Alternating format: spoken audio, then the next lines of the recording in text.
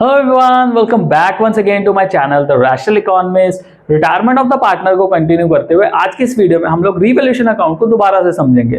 दोबारा इसलिए because already previous दो चैप्टर्स में मैं आपको रीवैल्यूएशन अकाउंट के बारे में डिटेल में समझा चुका हूं, उसके कुछ क्वेश्चंस भी हम लोग कर चुके हैं। आज की इस वीडियो में कुछ अलग सी एंट्रीज जो वो करेंगे जो कि हमने पिछली वीडियोस में कवर नहीं की हुई, ताकि आपकी और बहुत सारी एंट्रीज जो वो कवर होती रहे साथ साथ। So without wasting time video को शुरू करते हैं। चैनल को सब्सक्राइब कर लेना और बेल आइकन को प्रेस कर लेना ताकि आपको लेटेस्ट वीडियो की नोटिफिकेशन साथ के साथ मिलते रहे। So let's start with the video.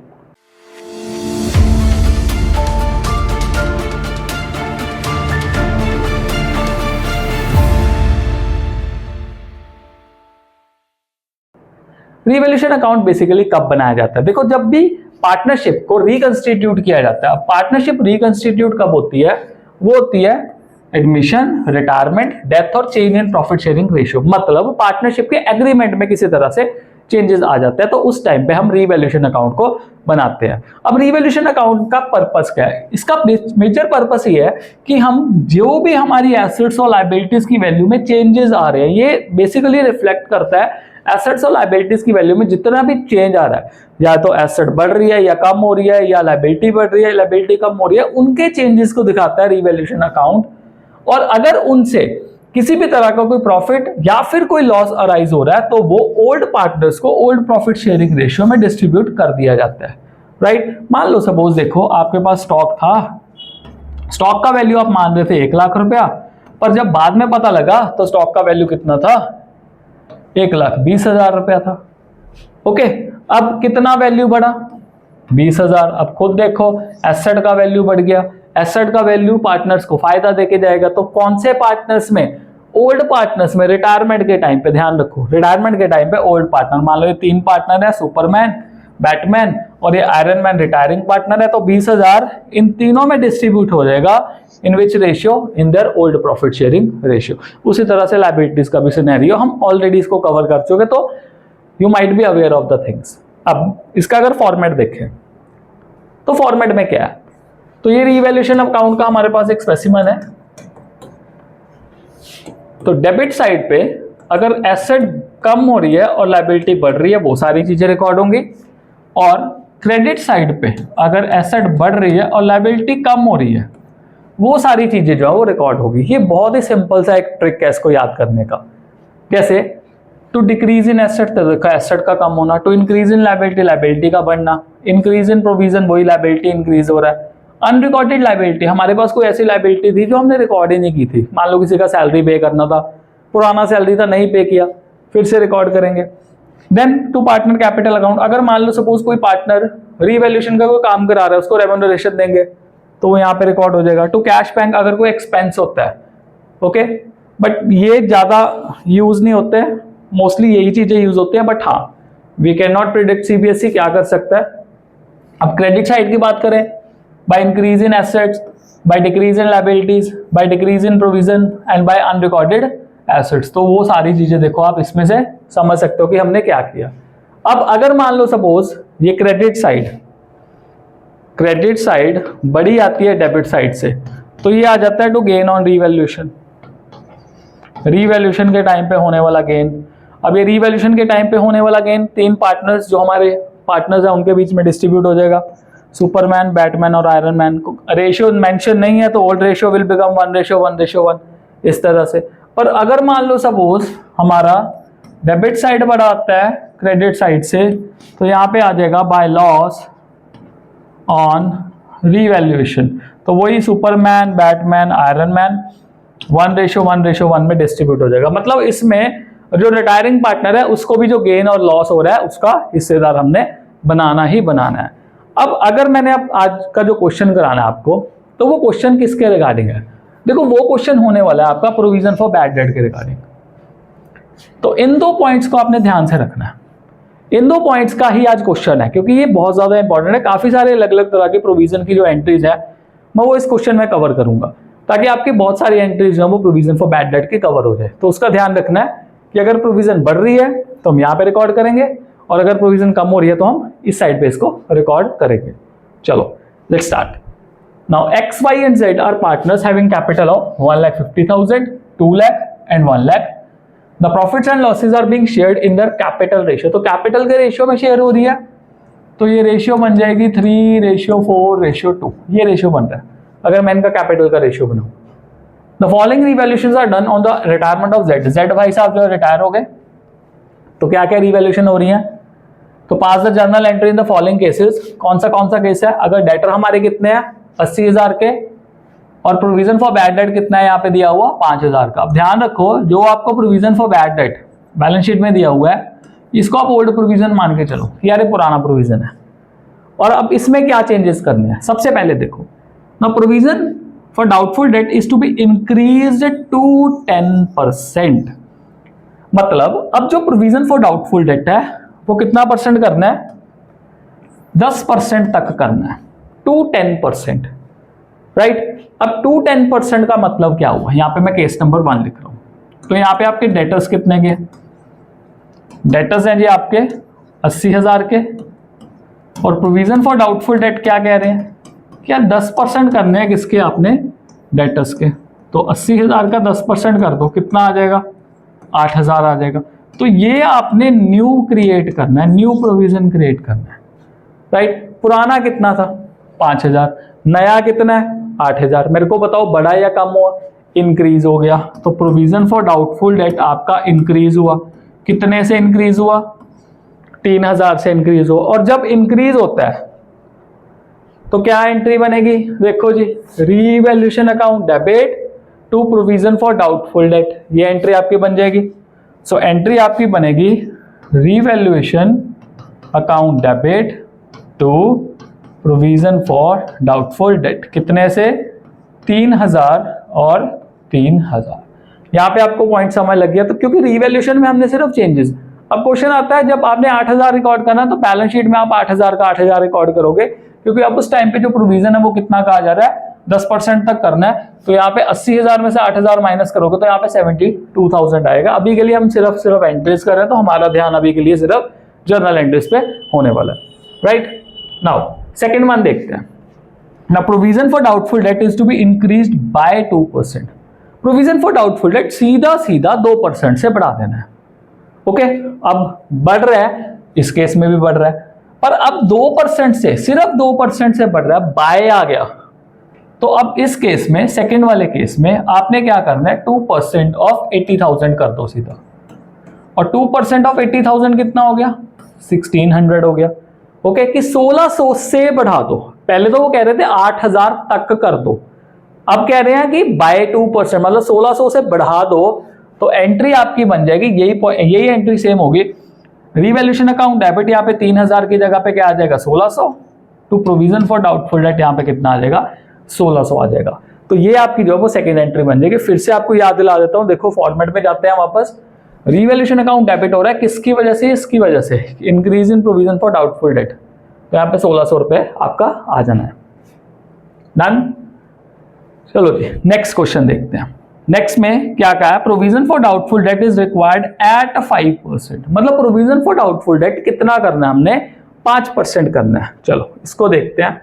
तो पहले डेटर आपके कितने हैं जी, डेटर है आपके 80,000 के, और आपने provision for doubtful date create करना है कितने परसेंट पे 5%, तो 5% किसका करोगे 80,000 का करोगे, तो 80,000 का 5% कितना आ जाएगा 4,000 आ जाएगा। अब पहले वाला कितना था जो बैलेंस शीट में लिखा हुआ था, ओल्ड कितना था जी 5,000 था, न्यू कितना आ गया 4,000। अब बताओ मेरे को प्रोविजन फॉर डाउटफुल डेट बढ़ा या कम हुआ, कम हुआ, कितने से कम हुआ 1,000 से कम हुआ। अब जब कम होता है तो हमारा जर्नल एंट्री बन जाएगा provision for doubtful debt account debit to revaluation account, amount कितना 1,000 एंड 1,000। तो फिर से दोबारा देखते हैं, यहां पे जाओ वापस, देखो रीवैल्यूएशन अकाउंट क्या होता है क्रेडिट होता है। क्यों क्रेडिट होता है, by decrease in provision for doubtful date. तो हमारा प्रोविजन फॉर डाउटफुल डेट जो है वो डिक्रीज हो गया, कितने से डिक्रीज हुआ वो 1,000 रुपए से डिक्रीज हुआ, तो इसलिए हमने प्रोविजन फॉर डाउटफुल डेट को डेबिट कर दिया और रीवैल्यूएशन को क्या कर दिया क्रेडिट कर दिया। ये वाली एंट्री हमारी जो है इस तरह से बनेगी। चलो नेक्स्ट वन देखते हैं। Now bad debts are 3000 and provision for doubtful debt is required at 10%. Okay, इसको यहीं पे कर देते हैं सॉल्व. तो यहां से इरेज कर रहा हूं, होपफुली आपने नोट कर लिया होगा. चलो, बैड डेट कितने के 3000 के हैं और प्रोविजन फॉर डाउटफुल डेट अब कितना क्रिएट करना है 10%. राइट, अब इसको समझो क्या करना है हमने. देखो, हमें पता था कि यार हमारा ना 5000 रुपया मरने वाला है. प्रोविजन क्यों बनाते हैं कि 80,000 में से मेरे को डाउट है कि मेरा 5000 रुपया नहीं आएगा, पर एक्चुअल में मरा कितना पैसा मेरा 3000 रुपया मरा. दैट मीन्स जो मेरा डाउट था 5000 वाला उसमें से 3000 उड़ गया. Got it. अब अगर उड़ गया तो सिंपली देखो मेरा फर्स्ट एंट्री क्या होगा, bad debt account debit to sundry debtors account. कितने से 3000 और 3000. ये मैंने एंट्री किस तरह से की, 11th का रूल याद करो. बैड डेट मेरा एक एक्सपेंस है. अब एक्सपेंस अगर मेरा इंक्रीज हो जाता है तो मैं डेफिनेटली इसको क्या करूंगा, डेबिट करूंगा. और वहीं पे मेरा जो सैंड्री डेटर है वो भी वो एसेट है. अब एसेट मेरा जो है वो कम हो गया. एसेट अगर कम हो गया तो उसको मैं क्या करूंगा, क्रेडिट करूंगा. तो मैं 11वीं वाला रूल यूज करके इसको कर दूंगा. पर मेरे को एक चीज क्लियर थी कि ये जो बैड डेट है जो 3000 के हुए हैं, मेरे को 100% श्योर था कि इसमें से 5000 रुपए जो मरेगा ही मरेगा, पर मरा कितना है 3000 है. तो मैं क्या करूंगा, इस बैड डेट को खत्म करूंगा किसकी हेल्प से, प्रोविजन की हेल्प से. तो provision for bad debt account में क्या कर दूंगा, डेबिट कर दूंगा to bad debt account. Right, कितने से 3000, क्योंकि अब मैं मान के चल रहा था ना मेरे 5000 मरेंगे, पर मरे कितने 3000. तो 3000 खत्म हुए तो मैं 3000 से प्रोविजन को क्या कर रहा हूँ, रिड्यूस कर रहा हूँ. और प्रोविजन को मैं लायबिलिटी वाले रूल से चलाता हूँ, और लायबिलिटी अगर कम होती है तो उसको मैं क्या कर दूंगा, डेबिट कर दूंगा. ठीक है. और बैड डेट को मैंने क्या किया, क्रेडिट किया. क्यों, क्योंकि यहाँ पे मैं एक्सपेंस को खत्म कर रहा हूँ. एक्सपेंस को खत्म किया तो इसको क्या कर दिया हमने, क्रेडिट कर दिया. तो इस तरह से ये दो एंट्रीज हमारी बनेगी. अब ध्यान रखो, हमारा देखो प्रोविजन कितना पड़ा हुआ है, 5000 था जिसमें से 3000 का यूटिलाइजेशन हमने कर दिया. तो 5000 में से जो 3000 है वो गए, बचे कितने 2000. मतलब अभी भी मेरे को लगता है कि यार 2000 रुपये मेरा मर सकता है. ऊपर से मेरे को रिपोर्ट क्या आ गई कि अब आपने प्रोविजन जो है वो क्रिएट करना है एट 10%, कि 10% से आपने क्या करना है, प्रोविजन क्रिएट करना है. तो चलो नया प्रोविजन क्रिएट करते हैं. उसके लिए सबसे पहला काम हमें क्या करना पड़ेगा, ये जो डेटर्स दिए हुए हैं कितने के हैं 80,000 के, इसमें से आपने बैड डेट माइनस करनी है. कितनी की माइनस करनी है, 3000 रुपए की बैड डेट माइनस करनी है. क्योंकि 3000 बैड डेट हो गया तो कितना आया 77,000. अब प्रोविजन फॉर डाउटफुल डेट हमने क्रिएट करना है 10%. 10% किसका, 77,000 का. तो ये बनेगा मेरे पास 7700. राइट. पहले वाली कितनी पड़ी हुई थी प्रोविजन, 2000 की पड़ी हुई थी. नई कितनी क्रिएट करनी है, 7700. रिवैल्यूएशन में हम क्या देखते हैं, सिर्फ चेंजेस देखते हैं कि कितना बढ़ रहा है कितना कम हो रहा है. तो अब इस सिनेरियो में देखा जाए तो प्रोविजन फॉर डाउटफुल डेट हमारा इंक्रीज हो रहा है. वो कितने से इंक्रीज हो रहा है, ये इंक्रीज हो रहा है 5700 रुपीज से. तो 5700 से इंक्रीज हो रहा है. तो what will be the entry, revaluation account debit to provision for doubtful debt account. Amount कितना 5700. आप इसको वेरीफाई करना चाहते हो कि ये एंट्री ऐसे कैसे बनी है, तो आप इसको देख सकते हो कि जब भी increase in provision for doubtful date होता है तो रिवैल्यूएशन अकाउंट हमारा क्या होता है, डेबिट होता है. तो इस तरह से हमने एंट्री जो है रिकॉर्ड की. Got it, easy. चलो 5th वन देखते हैं. All the debtors are good. सभी डेटर गुड है, चंगेबल है, 1 रुपया नहीं मरना. मतलब ये जो मान के चल रहे हैं ना हमारे दिमाग में मिथ बैठा कि यार मेरे 5000 मर जाएंगे. अब सभी ने हमें एश्योरेंस दे दिया कि भाई आपका 1 रुपया नहीं मरेगा, सभी जने पैसे देंगे. तो यार इसका कोई काम नहीं रहा, कुछ भी नहीं बचा इसका. अगर सभी जने कह रहे हैं हम सभी पैसे दे देंगे तो भाई अब प्रोविजन बनाने की रिक्वायरमेंट नहीं है. तो प्रोविजन यहाँ पे अब क्या करनी है, यहाँ पे अब प्रोविजन करनी है खत्म. तो प्रोविजन फॉर डाउटफुल डेट यहाँ पे हो गया खत्म. तो खत्म हुआ तो उसका जर्नल एंट्री नेक्स्ट पेज पे कर देते हैं. तो what will be the entry, entry बन जाएगा provision for doubtful debt account debit to revaluation account, कितने से 5000 और 5000, ये एंट्री बन गई हमारी, क्योंकि 5 के 5 जो है वो गए। लास्ट पॉइंट देखते हैं। Now debtors are found to be 100% good to the extent of 78,000। 78,000 तक के जो डेटर्स है वो कहते हैं गुड है, वेल एंड गुड, कि पैसा 1 रुपया नहीं मरेगा उसमें। And accordingly provision is to be maintain for remaining debtor which are found to be 100% doubtful. अब सिंपली समझो, 80,000 में से कहा जा रहा है कि जो 78,000 है वो बिल्कुल सही है।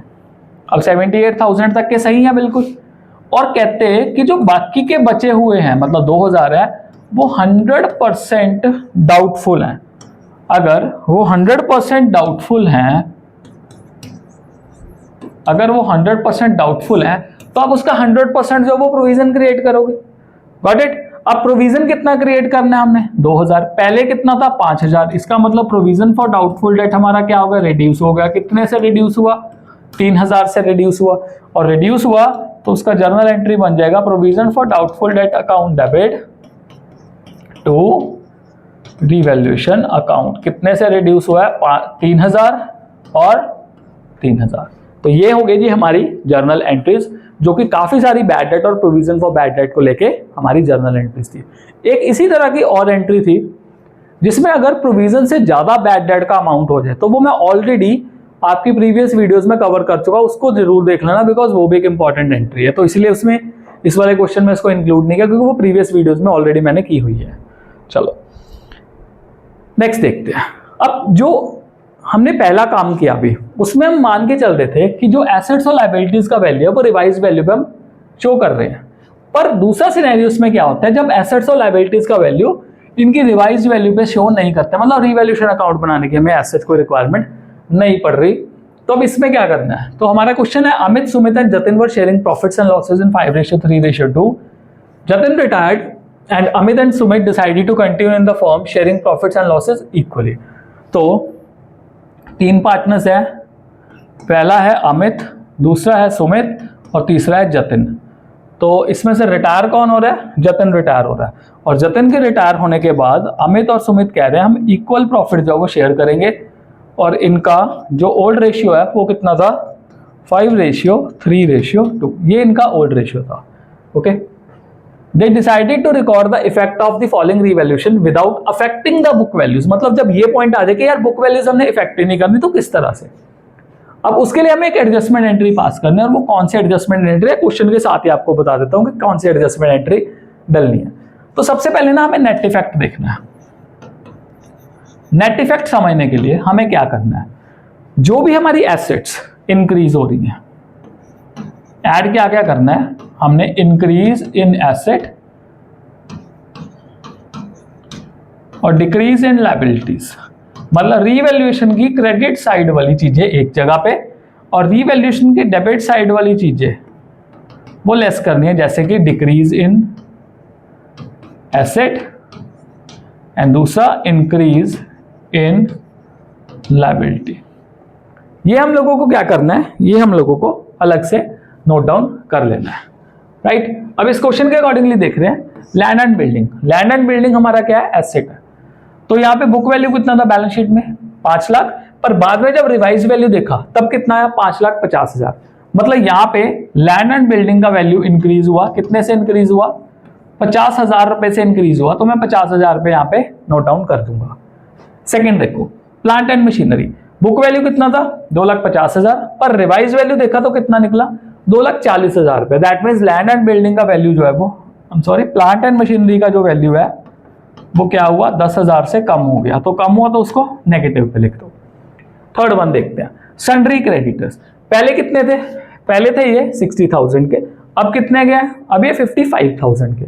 तो पहले से कम हुआ सन्ड्री क्रेडिटर, कितने से कम हुआ? 5,000 रुपए से कम हुआ। तो 5,000 से कम हुआ तो उसको एड वाली साइड पे लिख लो। Outstanding expense, again liability. पहले कितना था?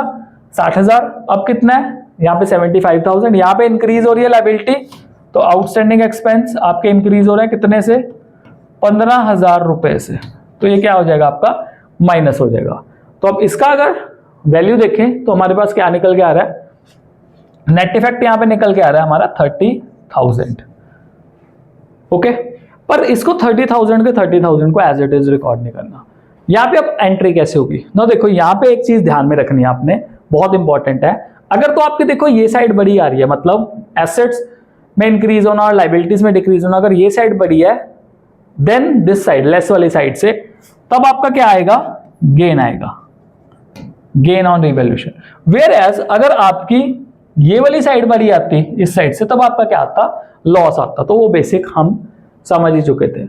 अब सेकेंड स्टेप इसमें क्या करना है, सेकेंड स्टेप हमने देखना है न्यू प्रॉफिट शेयरिंग रेशियो और जो हमारा ओल्ड प्रॉफिट शेयरिंग रेशियो, उसकी हेल्प से हमने गेनिंग रेशियो निकालनी है, वो बहुत इंपॉर्टेंट है। चलो गेनिंग रेशियो देखते हैं। तो यहाँ पे 1 + 1 क्या हो जाएगा 2, 5 3 2 कितना हो जाएगा 10, 2 को 10 से बराबर करना है तो 2 × 5 कर दूं और 10 × 1 कर दूं, यहाँ पे आ जाएगा 10 और यहाँ पे भी कितना आ जाएगा 10 आ जाएगा, राइट। अब इसको सर्कलिंग कर दो इस तरह से। ना 1 × 5 5, 1 × 5 5 और ब्लैंक, 5 × 1 5, 3 × 1 3 एंड 2 × 1 2।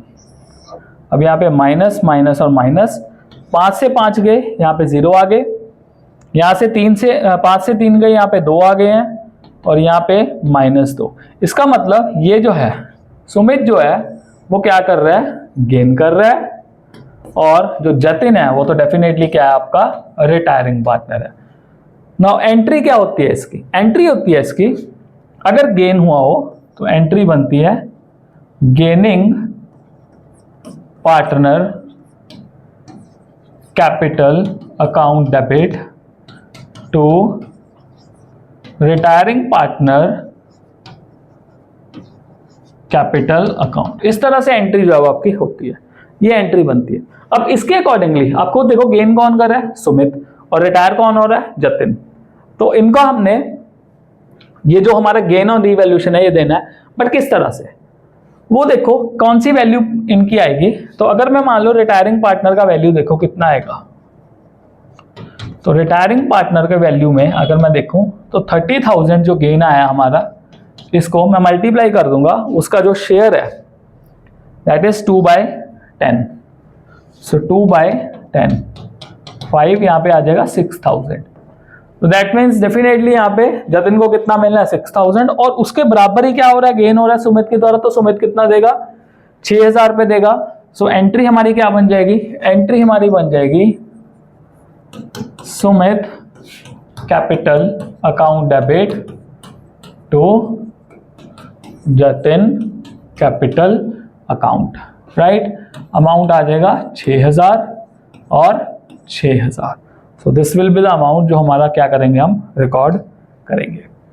तो विद दिस हमारा जो रिवैल्यूएशन वाला काम है यहाँ पे खत्म होता है। आप जल्दी से इसको नोट डाउन कर लो। नेक्स्ट वीडियो में मिलेंगे जिसमें हम लॉन्ग क्वेश्चन की स्टार्टिंग करेंगे, बिकॉज अगर हम बात करें treatment of reserves, then again accumulated profit losses, वो ऑलरेडी 2 टॉपिक्स में हम कवर कर चुके हैं, 2 वीडियोस में देख चुके हैं। फिर से वही रिपीटेड चीज होगी, उसको नहीं कवर करेंगे, सीधा लॉन्ग क्वेश्चन पे जाएंगे। So till then bye bye, stay blessed all.